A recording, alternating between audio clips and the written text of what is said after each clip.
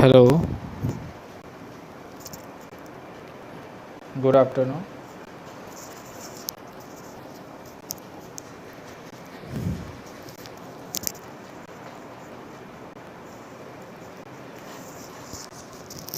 Good afternoon, good afternoon everyone.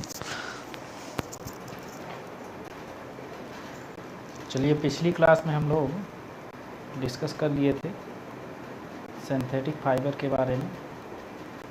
आज हम लोग रिवाइज करेंगे टाइप्स ऑफ सिंथेटिक फाइबर।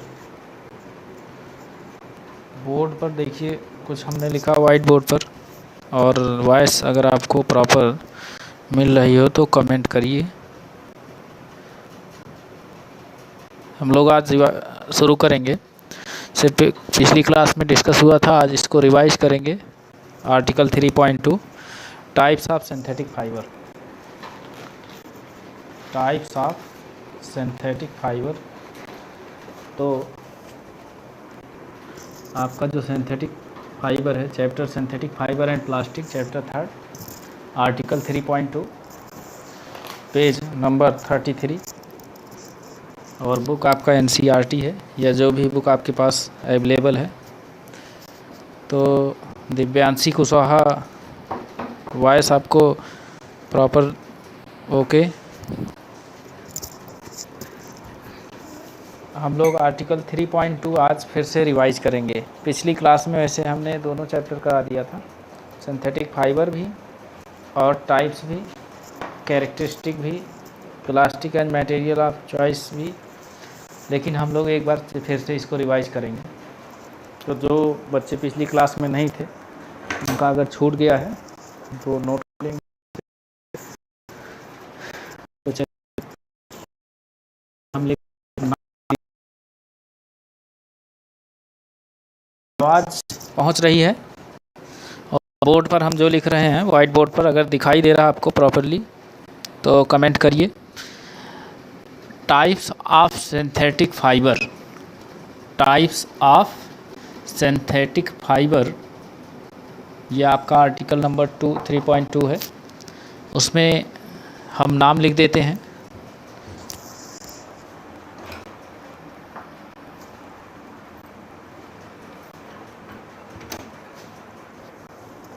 ठीक है, तो पहले नेम आप लोग नोट कर लीजिए। पहला है रेयॉन, सेकंड है नायलॉन, थर्ड है पॉलिएस्टर, एंड लास्ट है एक्रेलिक। ओके, तो नेम आप लोग नोट डाउन कर लीजिए।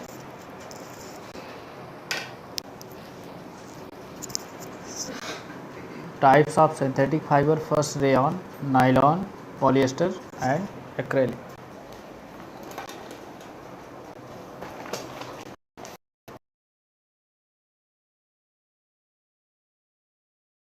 नेम आप लोग शायद नेम नोट कर लिए होंगे, तो मैं इसको रफ कर देता हूँ, आगे हम लोग बढ़ते हैं।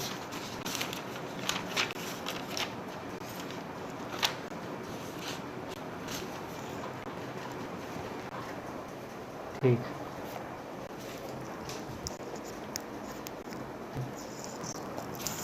तो पहले हम लोग बात करेंगे रेयॉन के बारे में।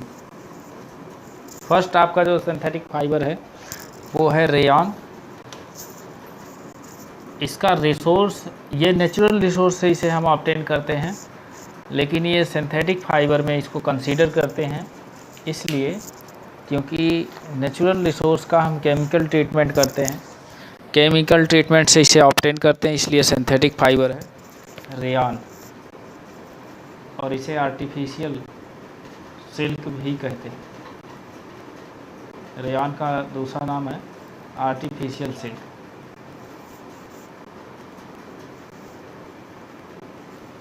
ठीक है, इसका दूसरा नाम आप लिख लीजिए, आर्टिफिशियल सिल्क। ऑब्टेन कहाँ से करते हैं? वुड पल्प से, वुड पल्प के केमिकल ट्रीटमेंट से। इसका केमिकल ट्रीटमेंट करते हैं तो रेयॉन का प्रिपरेशन करने के लिए वुड पल्प का केमिकल ट्रीटमेंट किया जाता है, इसलिए सिंथेटिक है। रिसोर्स एक इसका लेकिन नेचुरल है। और ये आर्टिफिशियल सिल्क है, सिल्क जैसा ही होता है। इतना नोट कर लिए।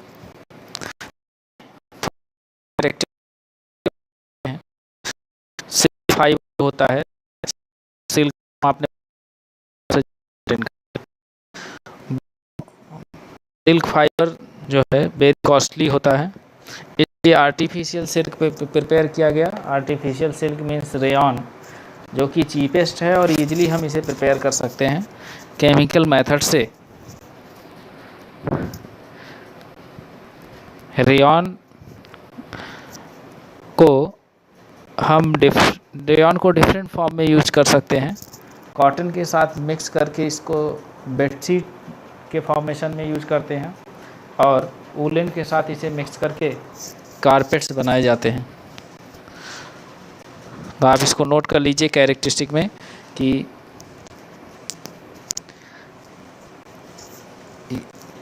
Rayon is also use for the formation of bedsheets, bracket में लिखेंगे rayon plus cotton, and formation of carpets. तो आपको केवल इतना ही जानना था। रेयॉन को हम कहाँ से ऑब्टेन करते हैं? वुड पल्प के केमिकल ट्रीटमेंट से। इसे आर्टिफिशियल सिल्क भी कहते हैं। ये सिल्क के कंपैरिजन में चीपेस्ट होता है, और इसका यूज हम क्लोथ इंडस्ट्री में करते हैं, बेसिकली बेडशीट्स एंड कारपेट के प्रिपरेशन में। अगर हम रेयॉन को कॉटन के साथ मिक्स करके बनाना है तो बेडशीट बनाते हैं, और वुलन के साथ कारपेट का फॉर्मेशन किया जाता है। ये तो रहा आपका सेमी सिंथेटिक भी कह सकते हैं इसको, सेमी सिंथेटिक फाइबर। तो दिव्यांशी आपको बोर्ड पर जो लिखा है और प्रॉपरली वॉइस पहुंच रही तो आप एक बार कमेंट कर दीजिए। इसको सेमी सिंथेटिक पॉलीमर भी कहते हैं, सेमी सिंथेटिक फाइबर। सेकंड, ये हम पिछली क्लास में वैसे टाइप्स डिस्कस कर चुके हैं, लेकिन जो बच्चे पिछली क्लास में नहीं थे तो फिर से एक बार रिवाइज हो जाएगा। जो अटेंड किए थे वो रिवाइज कर लेंगे, और जो नहीं थे वो ज्वाइन कर लेंगे, वो नोट करते चलेंगे। दूसरा है आपका नायलॉन। सिंथेटिक फाइबर का जो दूसरा टाइप है वो है नायलॉन। आपको पता है कि nylon first fully synthetic fibre है, सबसे पहला फुली सिंथेटिक फाइबर है जो कम्प्लीटली मैन मेडेड है। 1931 में इसे प्रिपेयर किया गया था, और नायलॉन का जो नाम है NYLON, वो न्यूयॉर्क एंड लंदन से उसको बना है। एक्चुअली इसका फर्स्ट टाइम प्रिपरेशन चाइना में हुआ था। तो गुड आफ्टरनून, तो या ओके आशु गुप्ता। चलिए, तो नायलॉन आपका फर्स्ट फुली सिंथेटिक फाइबर जिसे 1931 में प्रिपेयर किया गया था, और इसका प्रिपरेशन हम करते हैं कार्बन, कोल, वाटर और एयर से, और इसको फुली कम्प्लीटली लैब में प्रिपेयर किया गया था without any natural resources, raw material से किसी भी रिसोर्स का, नेचुरल रिसोर्स का यूज नहीं किया गया था, इसलिए इसको फर्स्ट फुली सिंथेटिक फाइबर कहते हैं। ठीक है, चलिए हम लोग इसके कैरेक्टरिस्टिक के बारे में बात करते हैं, कैसा होता है, क्या कैरेक्टरिस्टिक।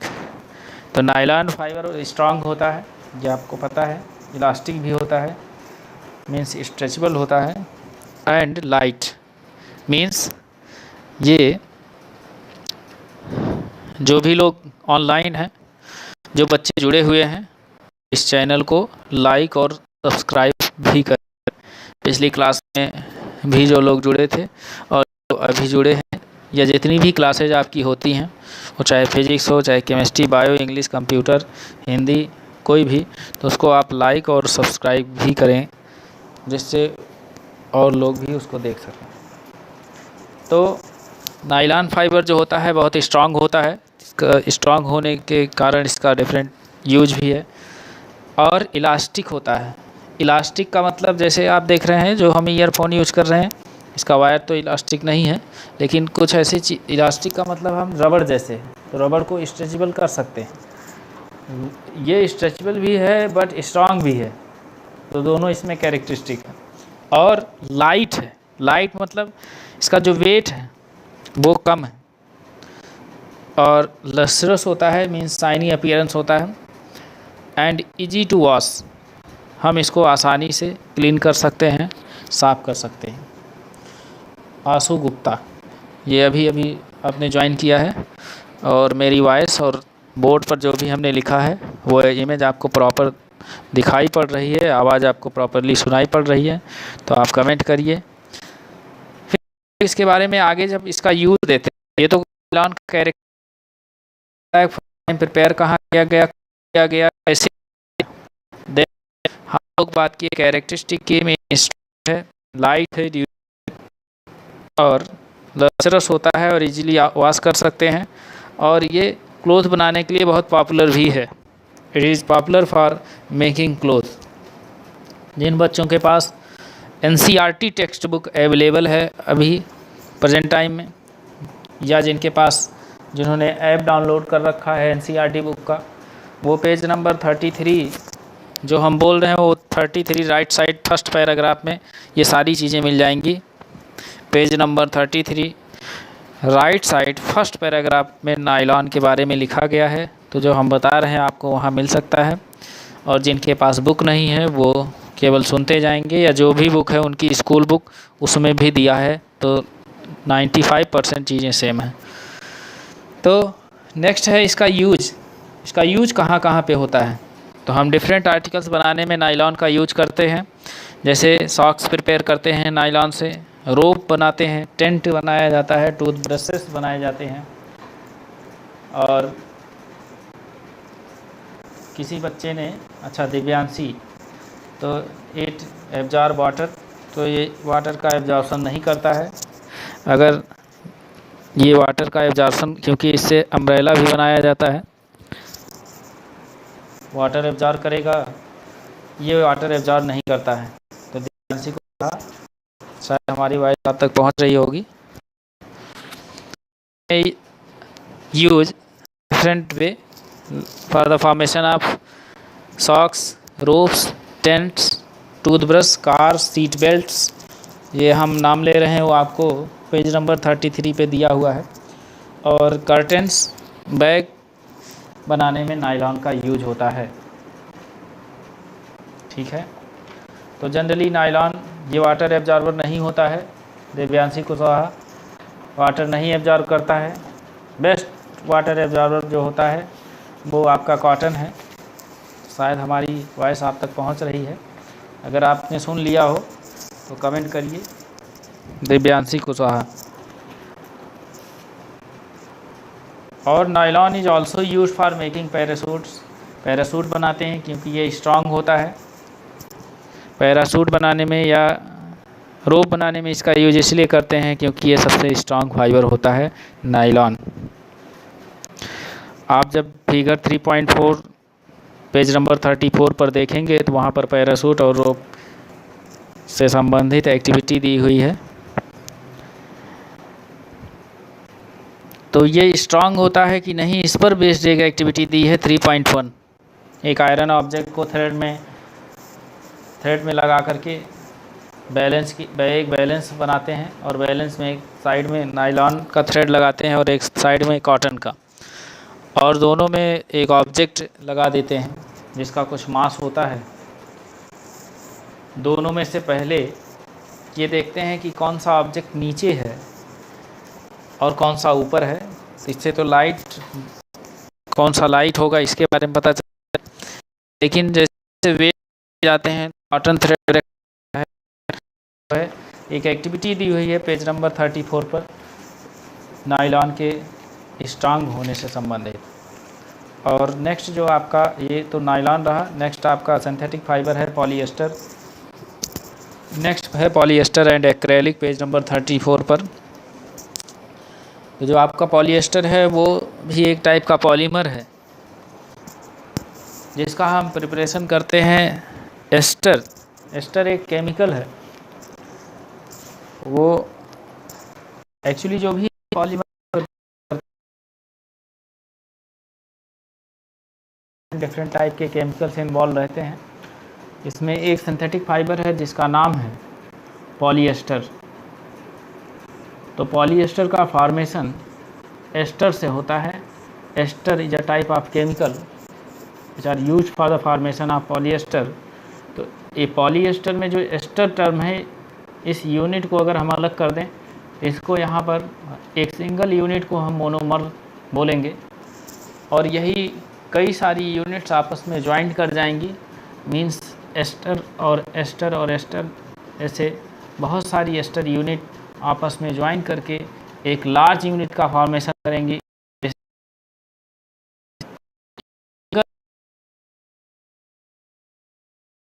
तो उसे हम पॉलीमर कहते हैं। तो ester is a type of chemical which are joint together form a large unit which called polyester. तो polyester is a also type of polymer.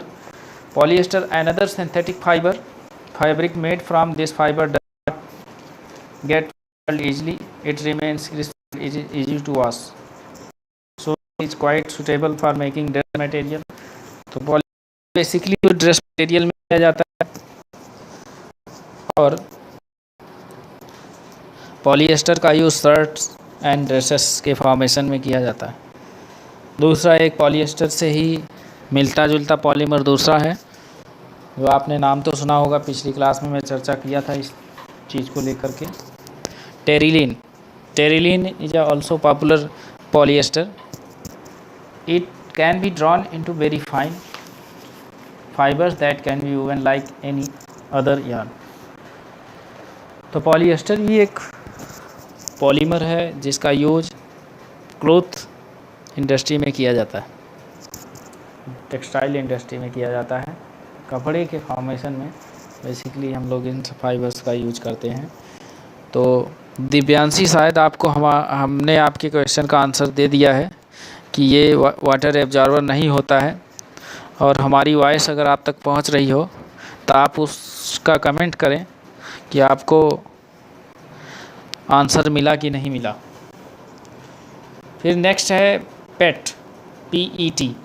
तो पहले इसका पूरा नाम लिखेंगे, PET का फुल फॉर्म क्या होता है और ये होता क्या है।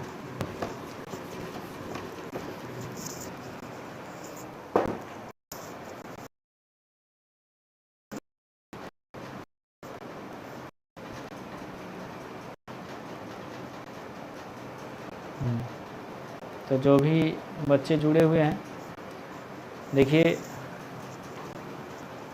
अब हम लोग नेक्स्ट अगली हेडिंग पढ़ेंगे, अगले पॉलीमर के बारे में, पेट,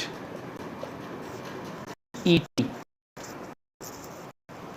PET पूरा नाम है पॉलीइथाइलिन टेट्रापथैलेट। तो आप वहीं पर ब्रैकेट में कहीं नोट कर लीजिए, पॉलीइथाइलिन टेट्रापथैलेट।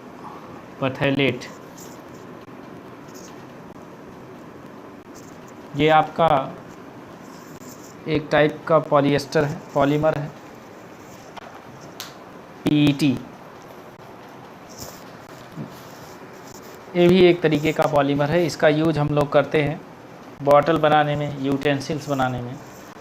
जो आप वाटर बॉटल यूज करते हैं वो PET से बनता है, पॉलीइथाइलिन टेट्रापथैलेट। ये term page number 35 NCERT book में दिया गया होगा।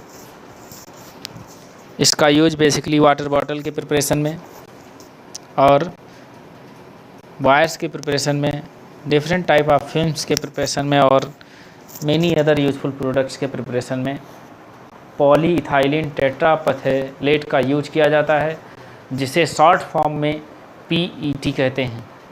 शॉर्ट फॉर्म में क्या कहते हैं? PET। अभी हम क्या बोल रहे हैं ज़रा आप लिख कर एक बार भेजिए। शॉर्ट फॉर्म में पॉलीइथाइलिन टेट्रापथैलेट को शॉर्ट फॉर्म में क्या कहते हैं? दिव्यांशी कुशवाहा, आप उसे कमेंट करिए। पॉलीइथाइलिन टेट्रापथैलेट को क्या कहते हैं, या PET का फुल फॉर्म क्या होता है? हमारी वॉइस आप तक प्रॉपरली मिल रही है आपको तो कमेंट करें। अंशु गुप्ता, दिव्यांशी कुशवाहा या जो भी बच्चे जुड़े हुए हैं, PET पॉलीइथाइलिन टेट्रापथैलेट। तो चलिए हम ये मान के चलेंगे कि आपको वॉइस और इमेज दोनों प्रॉपरली दिखाई पड़ रहा है और आवाज़ हमारी आप तक पहुंच रही है। हम लोग आगे बढ़ेंगे। उसके बाद है पॉलीएस्टर। तो हम पहले ही आपको बता चुके हैं कि जो पॉलीएस्टर है वो एस्टर नाम के केमिकल से बना हुआ है। एस्टर एक केमिकल है, उससे पॉलीएस्टर का फॉर्मेशन किया जाता है। एस्टर केमिकल की बहुत सारी यूनिट, एक हम सिंगल यूनिट की अगर बात करते हैं, यहाँ पर किसी भी सिंथेटिक फाइबर में अगर हम किसी भी सिंथेटिक फाइबर के प्रिपरेशन की बात करते हैं तो उसमें जो एक स्टार्टिंग मटेरियल होता है, उस स्टार्टिंग मटेरियल की एक यूनिट को, जैसे आप कहते हैं आपकी जो बॉडी होती है उसकी स्मॉलेस्ट यूनिट सेल होती है और पूरी बॉडी सेल से मिलकर बनी होती है, वैसे ही सिंथेटिक फाइबर में जो कोई भी सिंथेटिक फाइबर जिस भी केमिकल से बना होता है, उस केमिकल की एक यूनिट को हम कह सकते हैं, उसके एक फार्मूले को हम कह सकते हैं मोनोमर। मोनो मीन्स वन, मर मीन्स पार्ट, तो उस केमिकल का एक पार्ट, एक यूनिट मोनोमर कहलाएगा। जैसा कि मैंने पिछली क्लास में नेकलेस के लेकर एग्जांपल दिया था, जो NCERT 7th में आप पढ़े होंगे, 8th में भी शायद है। एक नेकलेस में छोटे छोटे पार्ट्स करके और कंप्लीट उसको बनाते हैं एक थ्रेड में, वैसे ही हम लोग यहाँ पर सिंथेटिक फाइबर में भी देखेंगे कि मोनो एक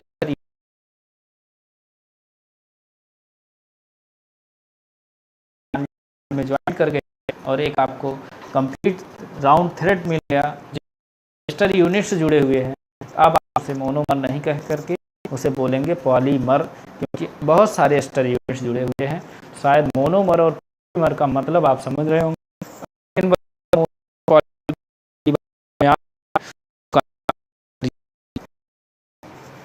काफ़ी देर से दिव्यांशी कुशवाहा ने क्वेश्चन पूछा था, सर इट एब्जॉर्ब वाटर, लेकिन हम आंसर भी कई बार दे चुके और अभी तक कमेंट नहीं आया। दिव्यांशी, वो बैड एब्जॉर्बर होता है, वाटर एब्जॉर्ब नहीं करता है।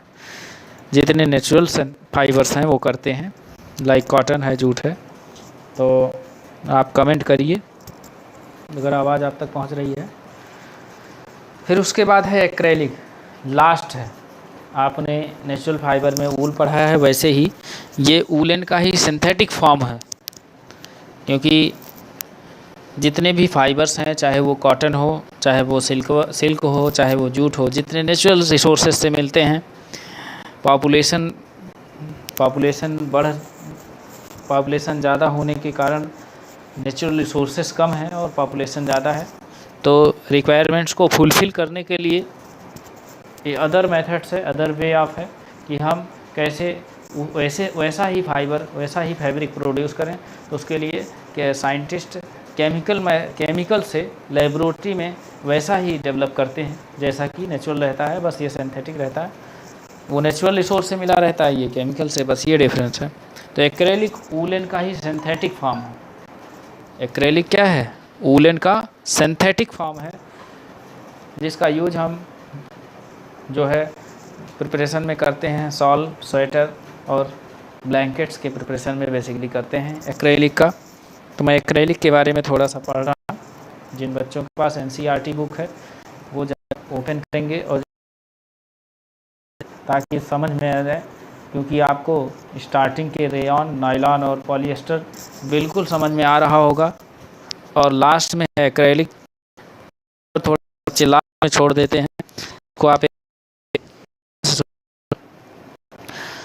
जो आपका लास्ट है जिसे आप एक्रेलिक कहते हैं, ये ऊलन का ही सिंथेटिक फॉर्म है। ऊलन को हम नेचुरल रिसोर्स से ऑब्टेन करते हैं, इसे हम जो है केमिकल से लेबोरेटरी में प्रिपेयर करते हैं। ये ऊलन से कहीं ये चीपेस्ट भी है और ड्यूरेबल भी है और पॉपुलर भी है। ठीक है, तो जितने भी सिंथेटिक फाइबर हैं उनको हम जो रॉ मटेरियल यूज करते हैं, उस रॉ मटेरियल को पेट्रोकेमिकल कहा जाता है। तो कभी आपसे पेट्रोकेमिकल की डिफिनीशन, इस तरीके की चीज़ें पूछी जाएंगी तो आप उसको बता सकें। जो भी सिंथेटिक फाइबर हैं वो जिस रॉ मटेरियल से हम सिंथेटिक फाइबर को प्रिपेयर करते हैं उनको बोलते हैं पेट्रोकेमिकल। क्या बोलते हैं? बोलिए, क्या बोलते हैं? दिव्यांशी, कमेंट करो बेटा।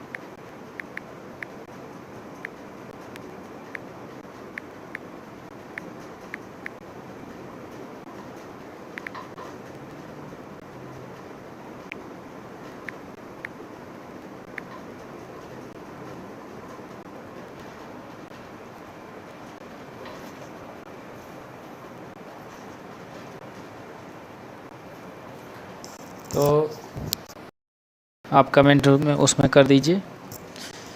चलिए, तो अब हम लोग नेक्स्ट आर्टिकल शुरू करते हैं 3.3।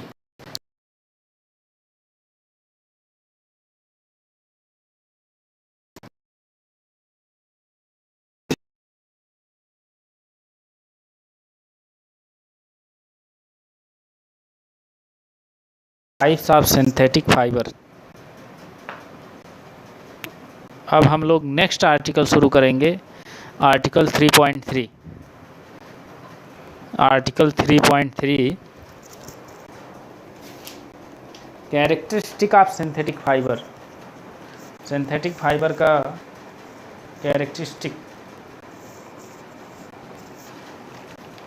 जैसे दिव्यांशी कुशवाहा, आपने क्वेश्चन पूछा था sir it is absorb water, तो उसी से संबंधित जो है कैरेक्टरिस्टिक में पहली 2 लाइन एनसीईआरटी की इसी क्वेश्चन का ही जवाब है। दिव्यांशी कुशवाहा, अगर आपके पास एनसीईआरटी बुक हो तो जो आपका क्वेश्चन है उस क्वेश्चन का जवाब पेज नंबर 35 लास्ट पैराग्राफ की फर्स्ट जो लिखा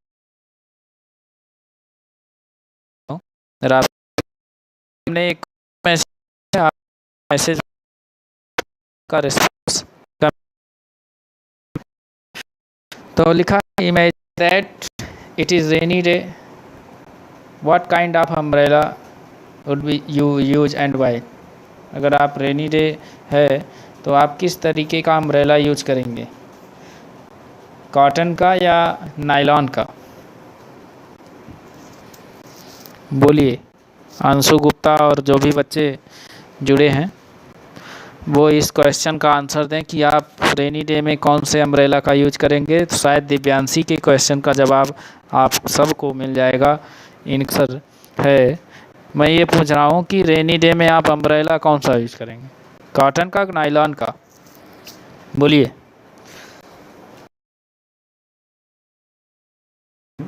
रेनी डे में यूज करेंगे कि कॉटन करेंगे भीगेंगे तो भीगेगा और वाटर ड्रॉपलेट्स उसके अंदर आ जाएंगे। तो आपको एनसीईआरटी थे पेज नंबर 35 स्टार्टिंग की 2 लाइंस में आपके क्वेश्चन का आंसर मिल जाएगा, दिव्यांशी कुशवाहा। हम लोग आगे पढ़ते हैं कि इसका कैरेक्टरिस्टिक क्या होता है। जो सिंथेटिक फाइबर है ये possesses unique characteristic which make them popular dress material.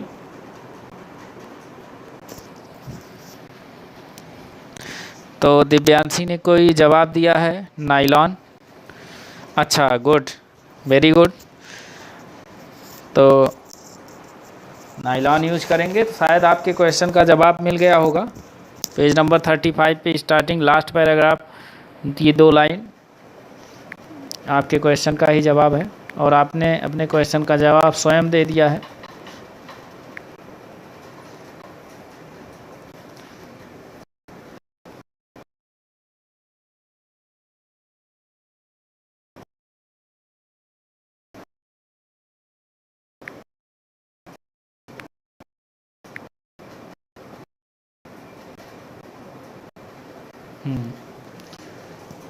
तो चलिए,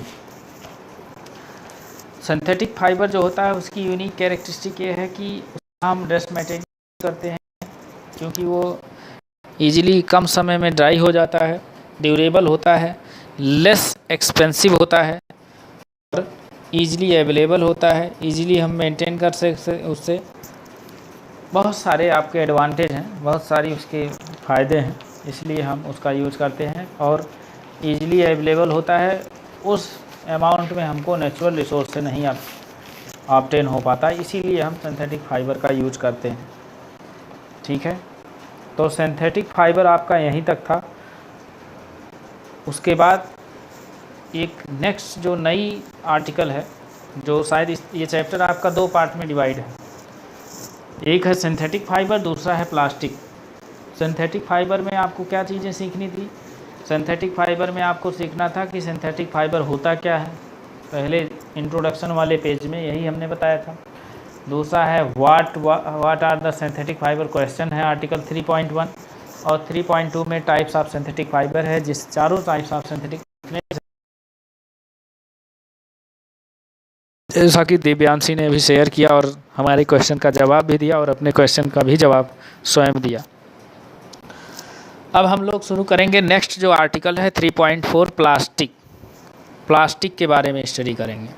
तो थोड़ा सा पहले हम इसको डिस्कस करने के पहले प्लास्टिक के बारे में चर्चा कर लें। जो प्लास्टिक होता है,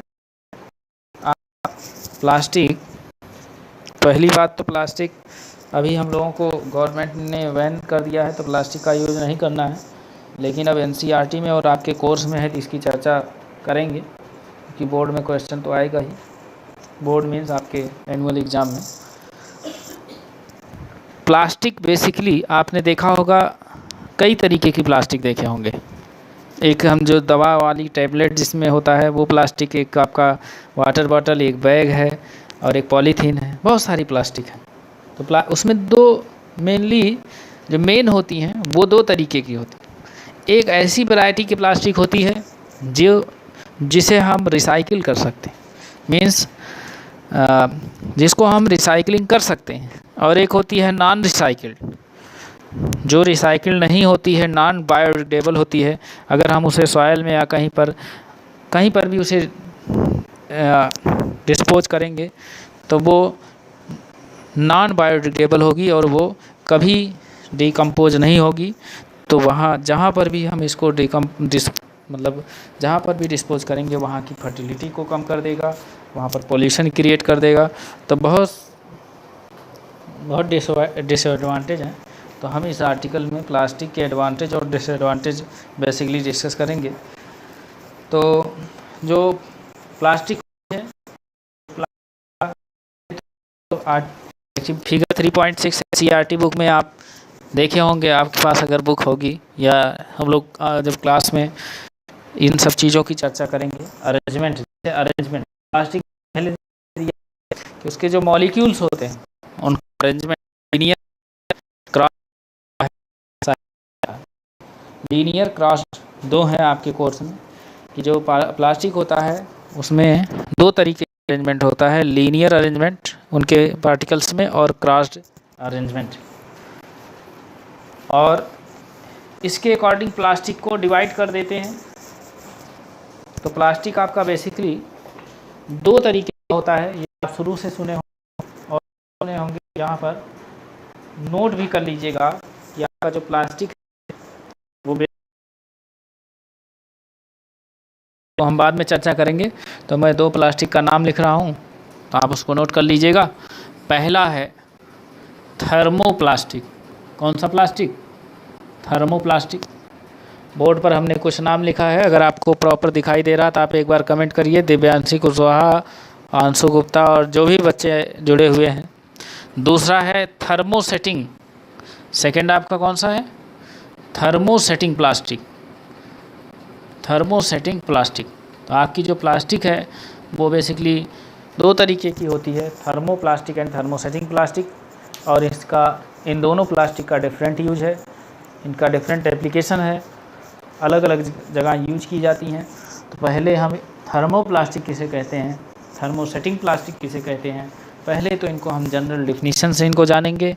फिर हम ऐसे कुछ एग्जांपल देंगे जो आपके सराउंडिंग में वो चीज़ें होंगी और आपको ईजी समझ में आ जाएगा कि थर्मोप्लास्टिक क्या होता है, थर्मोसेटिंग प्लास्टिक क्या होता है और इन प्लास्टिक का कहाँ पर क्यों यूज किया जाता है।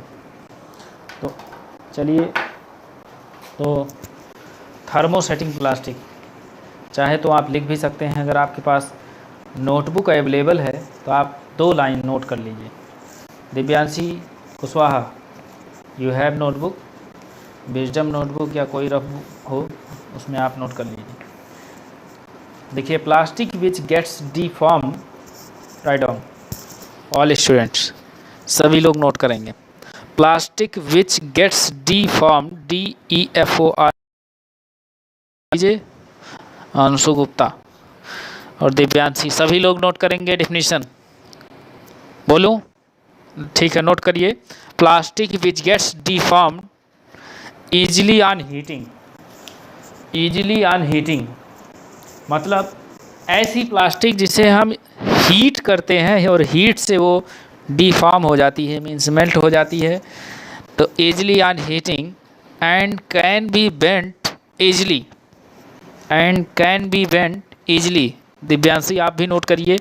और इसमें आंशु गुप्ता हैं, उन्होंने कमेंट किया है कि हमारे पास सर नोटबुक है और हम नोट भी कर रहे हैं। सारे बच्चे जिनके पास नोटबुक वो कमेंट भी करते रहें, बीच बीच में अपने डाउट्स भी शेयर करते रहें, हमें लगे कि हम जो वो बोल रहे हैं, जो लिख रहे हैं, आपको प्रॉपरली सारी चीज़ें मिल पा रही हैं। तो आप बीच बीच में कमेंट कर दिया करिए, या कोई चीज़ नहीं समझ में आए तो उसको आप उसमें लिख दीजिए। तो शायद आप डेफिनेशन लिख लिए होंगे, एक बार हम फिर से उसे रिपीट कर रहे हैं, ध्यान से सुनिएगा। लिखा है plastic which gets deformed, plastic which gets deformed, Divyanshi, Anshu और जो भी बच्चे हैं, plastic which gets deformed easily on heating and can be bent easily are known as thermoplastic। Full stop. Thermoplastic को आप अंडरलाइन कर दीजिए, थर्मोप्लास्टिक अंडरलाइन करें, आगे बढ़ें। तो आप क्लास को कंटिन्यू करेंगे 40 मिनट्स से थोड़ा सा 5 मिनट में एक्स्ट्रा लेना चाहूँगा हम। चलिए, तो सेकंड डेफिनेशन लिखिएगा। लिखिए प्लास्टिक विच, लिखें plastic which can not be deform, plastic which can not be deform easily on heating. जल्दी थोड़ा सुनो। Plastic which can not easily deform on heat, not easily।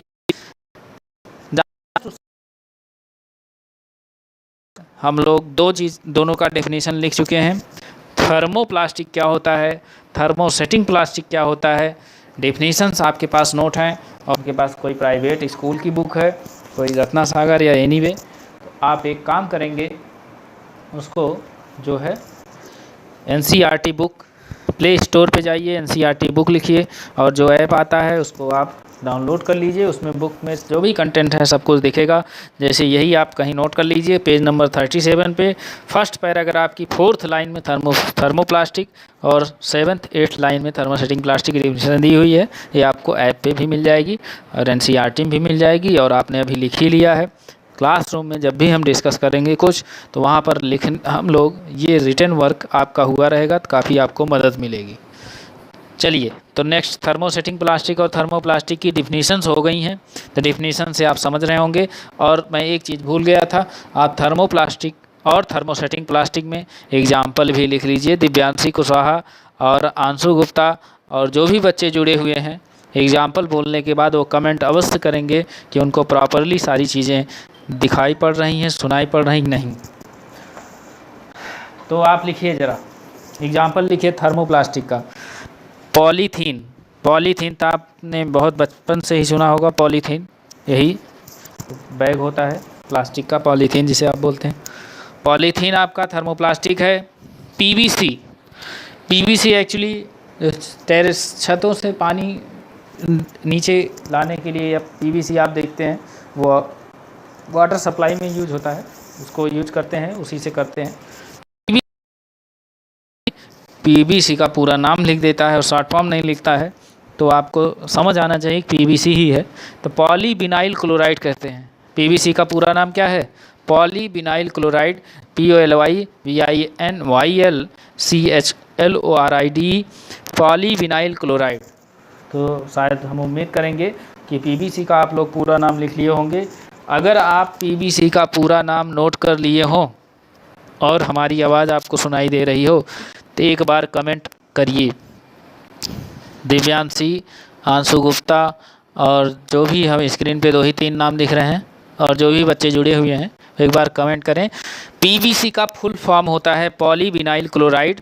तो आपको हमने 2 प्लास्टिक लिखा दिया, जो थर्मोप्लास्टिक होता है आपका पॉलीथीन एंड PVC।